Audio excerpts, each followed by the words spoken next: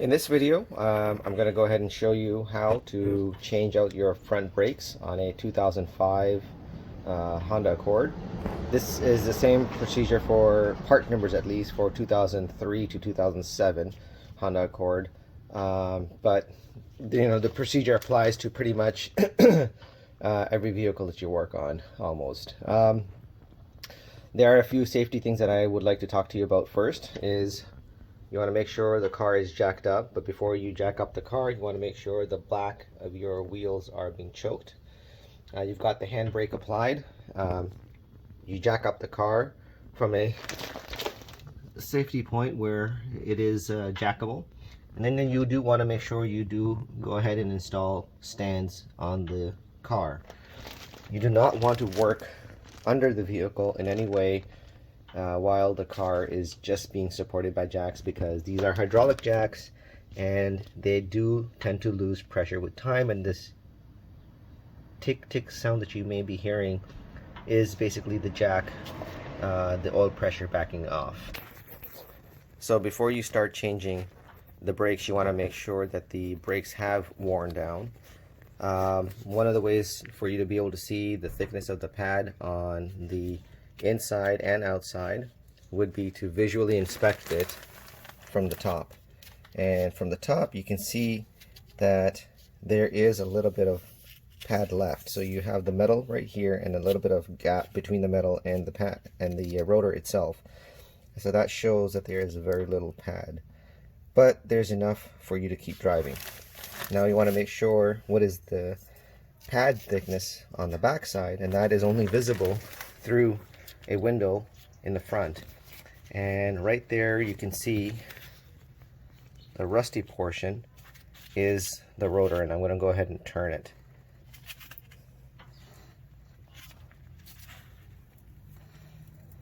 And so that rusty portion is a rotor. The metal piece right next to it is the back of the pad, and that gap between that metal piece and that rusty portion is very, very small. So basically the pads on this car are done, because the limiting or the controlling factor is the inside pad thickness.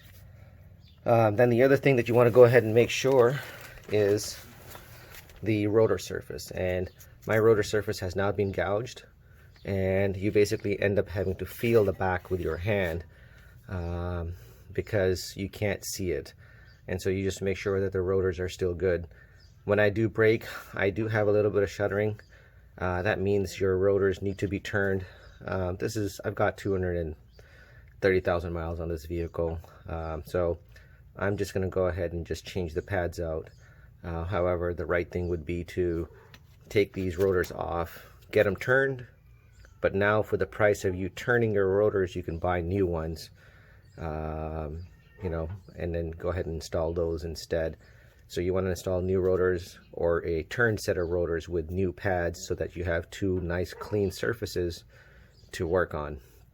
While you're working, you want to make sure you don't get get any grease on the rotor itself, either on the outside or inside. The inside is going to be hard to clean, but if you do get any on the outside, we can make sure that we clean that up before we put the pads on. So try to keep your rotors grease free, otherwise those will get onto your pads, and then it's not going to be effective braking.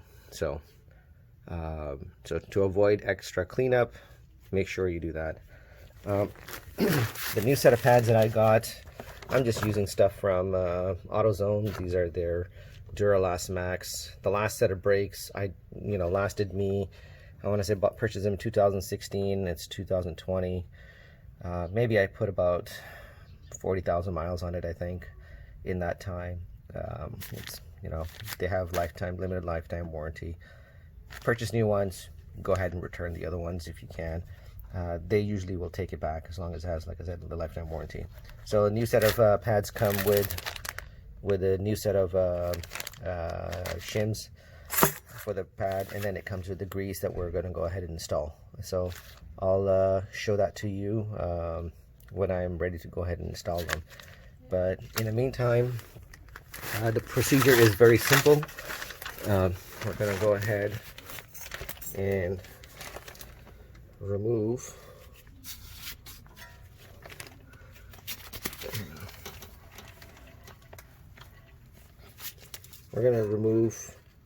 this nut right here, and then there is another nut down here as well, right here.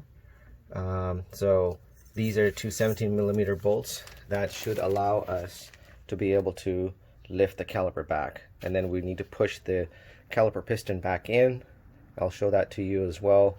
And then we basically remove these shims here, these metal brackets. We'll put them on, and then we'll grease the inside where the shoes sit in, so that these shoes are able to move freely, because you want them to be able to compress and then open up when the caliper pressure leaves itself after you've lifted your foot off the brakes. So that's basically it. So I'm going to go ahead and get started, and I'll show you along the way. So I've gone ahead and removed the two bolts, and this is what it looks like. Basically end up popping off the pad. So this is the outside pad. As you can see, it still has a certain amount of thickness left to it.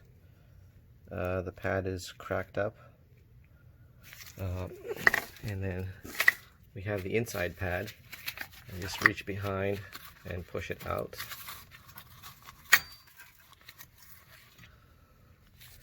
And you can see that it also has cracked up, but you can see that the thickness,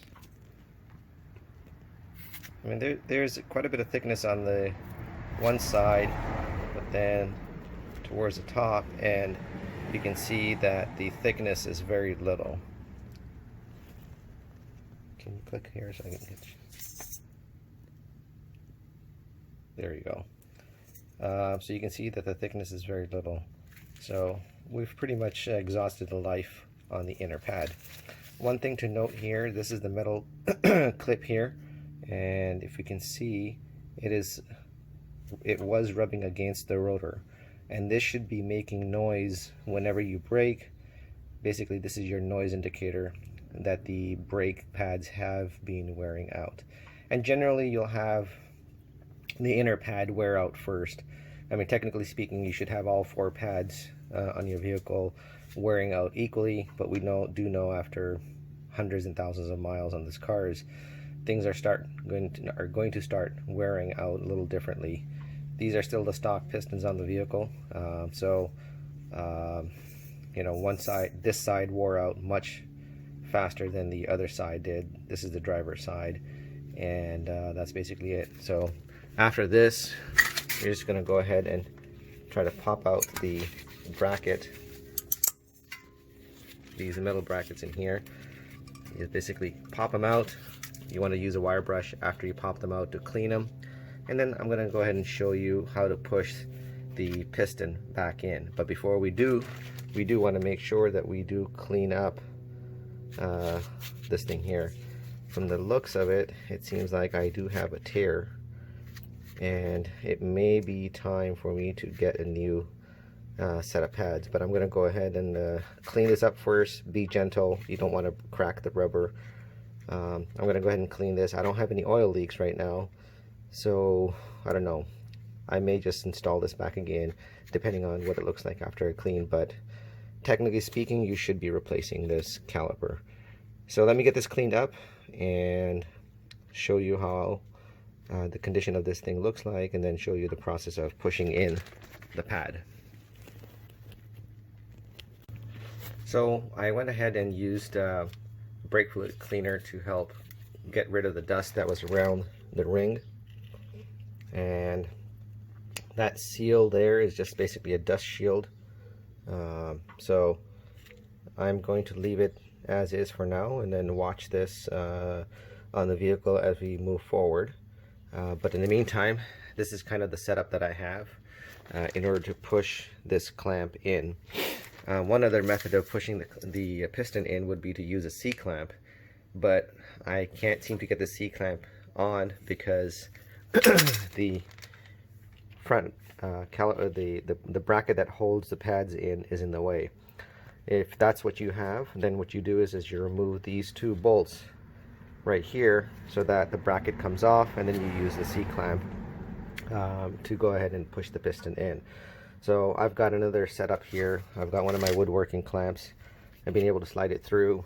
I'm able to get the top portion. So what I'll do is I'll tighten it a little bit, then I'll move it to the bottom and then tighten it again, and then just keep doing it till the metal portion is flush with your master cylinder, or it does not go any further in. And once I get that done, I'll show you what that looks like. Alright, the piston has been pushed in, and you can see that it pretty much sets inside of the cylinder here. And that's what it looks like from the front. So the next thing that I'm going to do is install the clips and the grease on it. So this is it. This is where the grease gets added. Right there, sorry, that was out of focus.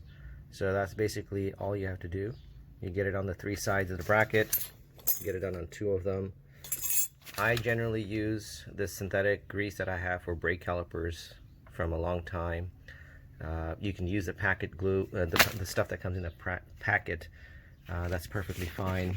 I just want to show you that basically in a typical pad, the reason why you grease that portion is that's where the nib right here sits in, and that's what travels. So basically you will get, once I'm done, I will install some glue on that top portion right there. These are the locations in which the pad will rub against, and so that's what you want to make sure is greased up. So once I get this installed, then I'm going to go ahead and put some on the top, and then that's basically it. And then we install the pads. So let me get these clips installed back in there, and then we'll go ahead and install the pads. I do want to go ahead and at this point out one problem that we have with this bracket is this is the stock bracket, and as you can see it is much narrower between the two legs than this one is. When I installed this one, a lot of the metal on the caliper, this side here, was exposed. So because there's a clip that sits on the inside, and this one here was sitting way outside. So we're gonna go ahead and use my original stock clips. So I'm gonna go ahead and clean this up with brake fluid clean and some towel paper, and shine this up, and then we're gonna go ahead and install this in lieu of the ones that came with the thing. So another item to double check on aftermarket parts. This is a gamble that you end up having to take at times. So just be aware of it. Just don't blindly use the parts that come with your caliper, with your brake pads, I mean.